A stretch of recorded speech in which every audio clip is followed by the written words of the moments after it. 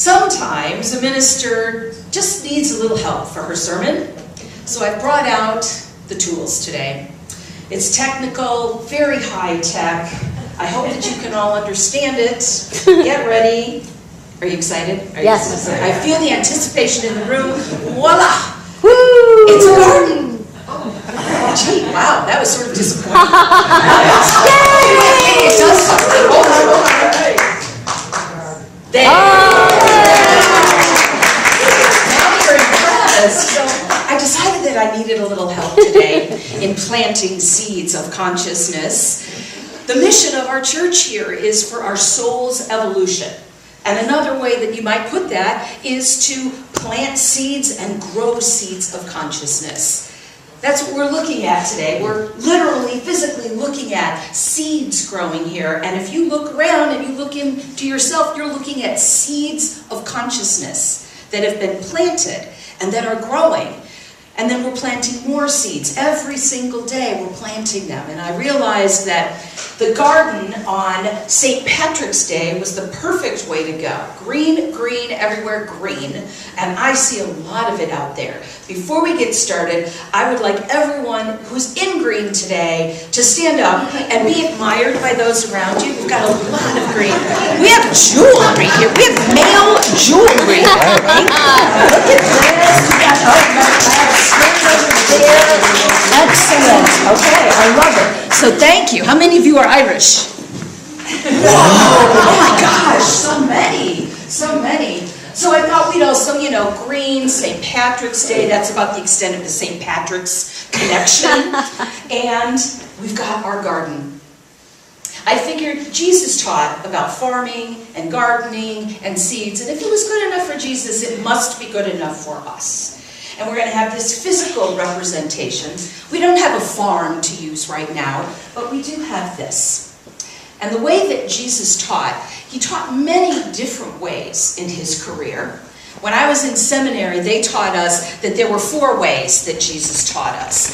And then I read recently, they now think there are 7 or 9 different ways. You see, everyone's got an opinion. It's hard to nail down one different answer. Find a couple of experts and you're going to have a couple of different opinions. Right. But I know when I read through, there are a lot of different ways that Jesus taught. How did Jesus teach us? Anybody? Example. What's that? Example. Example, thank you. He taught us by example. The way that he lived his life. He also used examples. So you got 2 of the 9. Excellent. How else did he teach us? Parables. Yes? Parables. Parables. Hold that one. Anybody else? Miracles. Miracles. Turn water into wine. He taught by miracles. Anything else? He taught by precept. He gave us simple statements of how to live our life. He taught by authority. He claimed his authority when he spoke. He taught by being a rebel. He taught by shock and awe. When he went into Jerusalem during Passover, that was a shocking statement, claiming his authority, using 2 different methods. But you hit on one of the most beloved methods, which is parables. Little stories, short stories that stick with us. We call parables an earthly story with a heavenly message. Something that sticks with you, that we remember them. And recall that Jesus, when he preached in his ministry, was not writing anything down, and nobody at the time was writing anything down. Does anyone know how many years after Jesus lived people started writing about him? 200. 100? 200. 200? 30? Anybody else? I feel like I'm Price is Right here. Yeah. So the first letters by Paul were written 40 years after. That's the first recorded writings that we have. The Gospels were written 60, 70, 80, 90. There's different opinions, but let's just say 70 years later. So this story had to survive 70 years, the parables that he told. That's how memorable they were. Now, of course, they may have changed a little bit over that time, but I'm sure that the core message of what he was teaching, growing your consciousness, the kingdom of heaven being within you and present at hand, was a message that endured over time. parables. He turned to parables. There are approximately 46 parables in the New Testament that he taught. It is a third of his teaching recorded in the New Testament. It doesn't mean that that's a third of what his teaching was. It means that it was a third of what got written down. So it was clearly very important, probably the most prolific method of teaching that he used. To tell stories, because don't we all love stories? They're hearing stories down the hall in the youth program today. Y'all want to go join them probably some Sundays. I just want to hear a good story, a memorable story. And that is why he told so many stories about farming, so that people in that era could understand them. Who recalls a parable? Any parable comes to mind? Anyone? The parable of the... Well, the seeds thrown on. The mustard Ruth, seed. you got it. The first one. Thank you. Let's give it up for Ruth. Thank you very much. We must have been connected because there are a number of them. And actually, the parable of the sower of the seeds is part of something called the parabolic discourse. Ooh, write that one down for your friends. Did you know about the parabolic discourse? It's the beginning of 7 parables that he tells right in a row. He's on a roll when he gets into this parabolic discourse. And he's using this to make this point. Let's start with the sower and the seeds, and we're going to read from the book of Matthew. Now, this is an unusual parable because it's found in all 3 synoptic gospels. The synoptic gospels, who knows what the synoptics are? Matthew, Mark, and Luke. The first 3 gospels, Matthew, Mark, and Luke, are called the synoptics because they're very similar. And they tell some of the same stories over and over. John, the 4th gospel, is not part of the synoptics and does not include this story. But only a handful of the parables rose to the level of being recorded in all 3.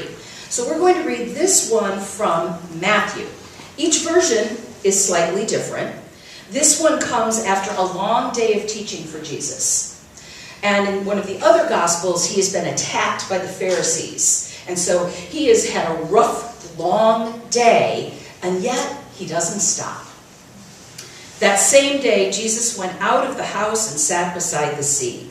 Such great crowds gathered around him that he got into a boat and sat there, while the whole crowd stood on the beach. And he told them many things in parables, saying, "Listen, a sower went out to sow, and as he sowed, some seeds fell on the path, and the birds came and ate them up. Other seeds fell on rocky ground, where they did not have much soil, and they sprang up quickly, since they had no depth of soil. But when the sun rose, they were scorched, and since they had no root, they withered away. Other seeds fell among thorns, and the thorns grew up and choked them. Other seeds fell on good soil and brought forth grain, some 100-fold, some 60, some 30. Let anyone with ears listen." Take a moment and decide what you're hearing in that parable. The first thing that happens when we read something from the Bible is it hits us. Each one of you has just had a different reaction to what I just read. Everyone, those multitudes that heard him tell that story, everybody had their own personal reaction to that. Take a moment and check in with yourself. What story, what meaning do you make from that? And that's one way that we can begin to analyze the Bible or any great scripture, something called the Socratic method. You start with, where am I at? What did I just read? What is that telling me? Where am I? Then you go to an exploration and you read commentaries. You pray on it, you think about it, you look into it, you reread it. If you've got a big Bible like I do, one of these annotated, this is the NRSV, by the way, the New Revised Standard Version is what I always read from. And it's got papers that fly out, and it's got like almost half a page of notes about things. So you read and you study, and now my handsome assistant, my husband Arturo, is going to pick up things.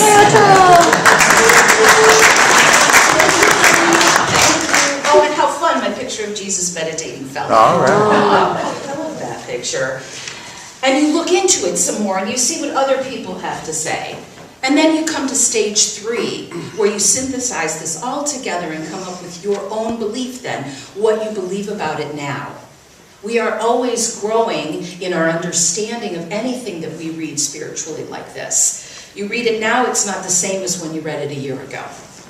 And one of the people that I like to turn to in trying to understand these parables or anything in the Bible more deeply is Elizabeth Sam Turner. She's a Unity author, and she wrote several books covering metaphysically the entire Bible. And this book is Your Hope of Glory, covering the 4 Gospels. And this is what she says. Jesus teaches that our consciousness develops spiritually in the same mysterious way seeds do when planted in the ground. It's a mystery how this arrow garden actually does what it does. An idea that is sown in the mind will grow if it receives the nourishment and encouragement it requires. Understanding, faith, persistence, and application allow divine ideas to unfold in an orderly manner. Jesus has given us the recipe for how to grow seeds in the ground and in our consciousness. So I water this, I make sure it has soil, I make sure it has fertilizer so that it can sprout. As a human being, I make sure that I'm cultivating forgiveness and love and study and meditation so that the seeds of consciousness, of divine ideas, the seeds of love and compassion that I want to grow, I need to water them. And then she goes on to say, we do not reap a harvest as soon as the seed is sown, neither do we receive the entire good we desire immediately after we plant divine ideas in our own consciousness. Darn it! You don't get it right away. It's not instant. It's not a vending machine. Duh.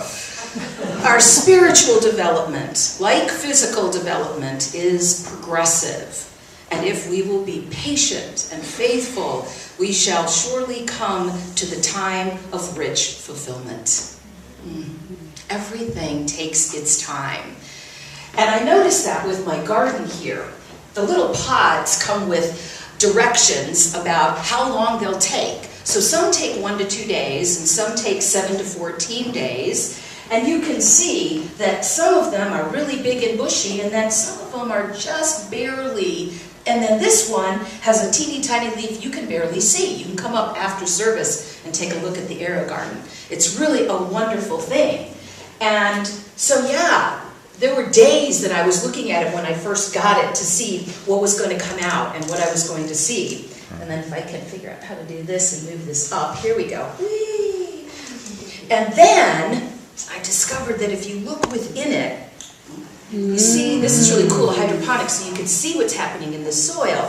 So there's all these roots coming from the back, which is the ones that go first. And some of these roots started to mess with these roots, and they were too strong for it.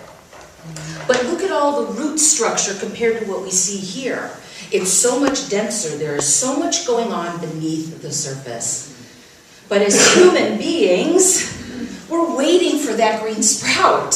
It's not doing anything until we see that green sprout, but it may be spreading so many roots that it takes time. I mean, sometimes it takes years for these ideas to come along and to really catch hold.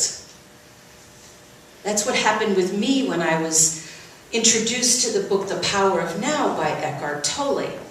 I got it at one point, and I tried to read it, and it just didn't land for me. It was like the seed that went on the rock. It was just a rock, and it just didn't get in, and I tried, and I just let it go finally. And then a number of years later, I picked it back up on a flight that I was taking, and I couldn't put it down. I just read it like, it felt like it was directly from God. It was so touching that I just wept on this airplane. I couldn't stop my eyes. I'm like, this is embarrassing. But I just kept crying because it was so beautiful. So the rock had broken up, or we were on good soil now, or for whatever reason, but I couldn't make it make sense to me or touch my heart years before.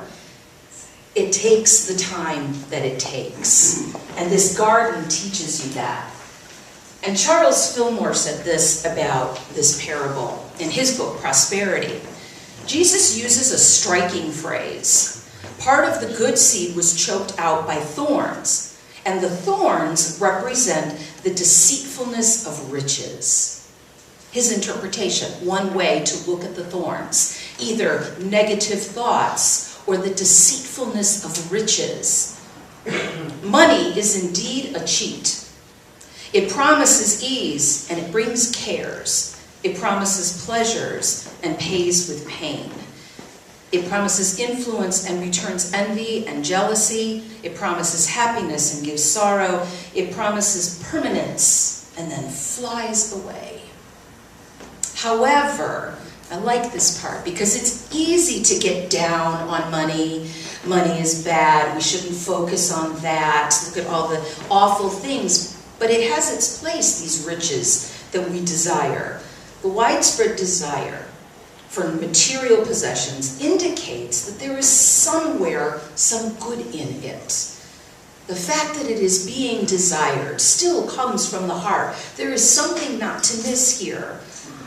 The natural man and woman, we are from the soil, formed of the dust of the ground, and we love our native element. The spiritual person is from above, originating in the heavens of the mind. We should not condemn the earth of this, yet they should not love this to the exclusion of the heavens. So let the earth and riches and desires have their proper place, but let's not confuse them with divine ideas, the ideas from God, and not riches so that we can store them up in a warehouse, but riches so that they can help the unfoldment of this planet. That is where we are headed as a species. One of the next levels, or the primary level of spiral dynamics, a teaching on the development of humankind through our values, is the green level. What a level for the day like today. A green level that says we care about the planet, we care about each other. It's said that the green level that we are beginning to really develop now is where the heart really comes online in our human development. Our heart of compassion to care for other people. And when I look at my garden here, one of the ways it plays out is these seeds that want to take over, these leaves that start to become like a tree, branch, will take the light away from the little ones. So I have to come in here every now and then, actually every day now that it's growing, and I get to prune it. And so I've got some fresh mint that I can put in my iced tea. The other thing is, I was told in my owner's manual that I need to keep the light as close to the plants as possible.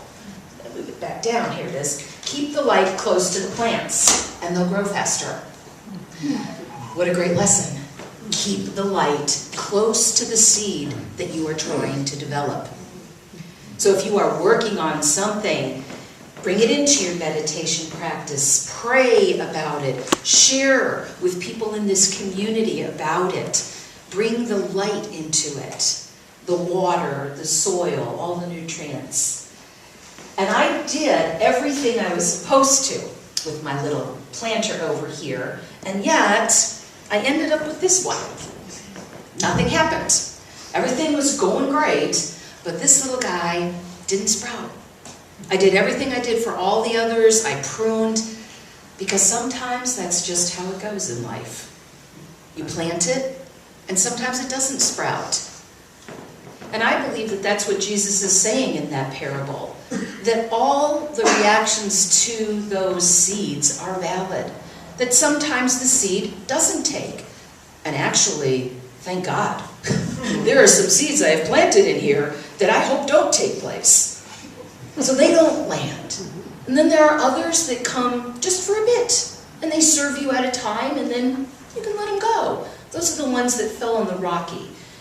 And then there are those that start up, but something around you, outside of you, takes it down.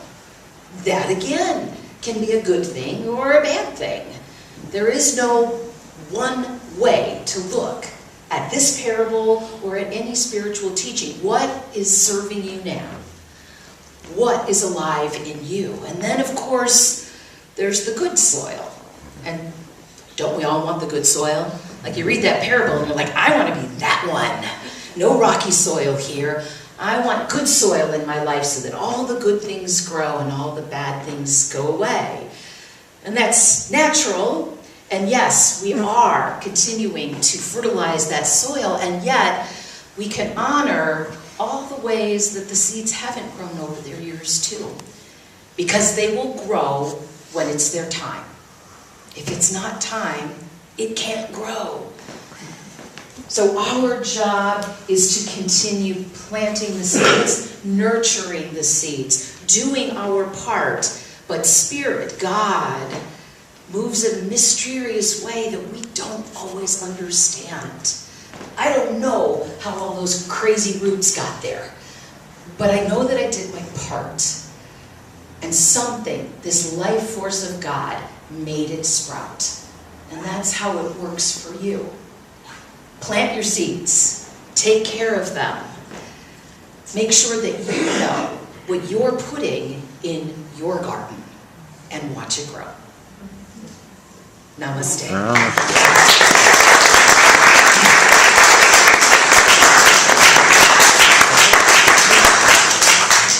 Thank you. And in this theme of planting seeds, we are now able to plant seeds of prosperity and abundance by our offering time. And so as we give into this wonderful community that brings up all these consciousness seeds for us and is a planter, if you will, let us plant some seeds. And as we do that, I invite you to also to keep in your heart, as I have all week, the killings in New Zealand. So as a house of worship, it's important for us to remember why we are here. We are here to be a place of love and a place of tolerance and a place of inclusiveness. We honor all paths to God here in our church. Not everyone will come here, but we honor them all. And we need more of that in the religious world, don't we? Mm-hmm. And so there are problems that we are still working on as a humanity. We are working into this green consciousness where we are accepting of our neighbors. And on St. Patrick's Day, let's be even more green than St. Patrick. Let's remember that we are here in a one community world, and everything that happens matters to every one of us. And this church will continue to stand for love and peace and tolerance of sexual orientation, of religion, of race, of ethnicity, of whatever it might be. And we hold all of those in New Zealand in our hearts today. We send them love, those who were killed, those who survived, the loved ones, and really for our whole world as we continue to grapple with violence in the physical form, as we continue to find the ways to lessen it in this world. And each one of us today, with this offering, with our heart, with our energy, we are part of that solution. And we are grateful for that. And then we take this offering consciously, with abundance in our heart, and we affirm our offering blessing together. Divine love, through me, blesses and multiplies all that I have, all that I give, and all that I receive. Thank you, God. We now enter a time of meditation, and I invite you to sit gently in your chair in whatever way makes you most comfortable. And if you are in a place to gently close your eyes, or to have a soft gaze, I now enter into this time of meditation with an intention simply to be present. There is nothing for me to accomplish. Instead, I let go. I let go of the outer pulling to rest in the inner being. I let this breath gently guide me. I notice it come in. I notice it leave. Constant, reliable. Something I don't have to force. A breath that I allow.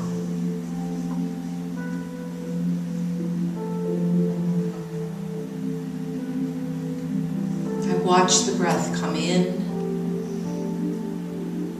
and go out.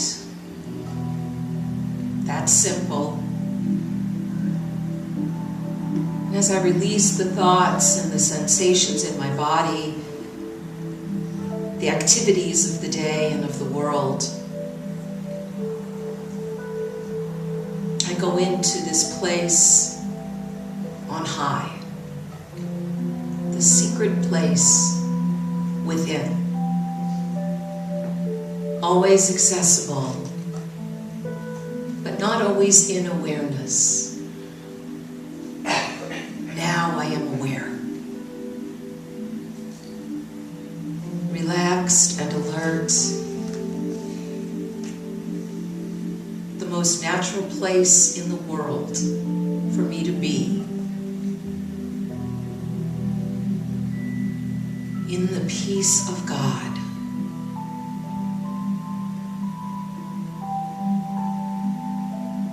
In the depth of my soul.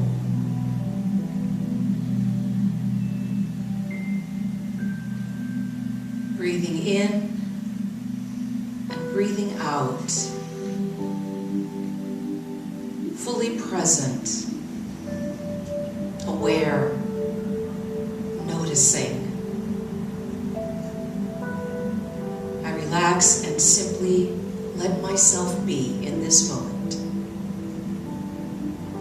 Releasing thoughts, words, even the music, as I rest in silence.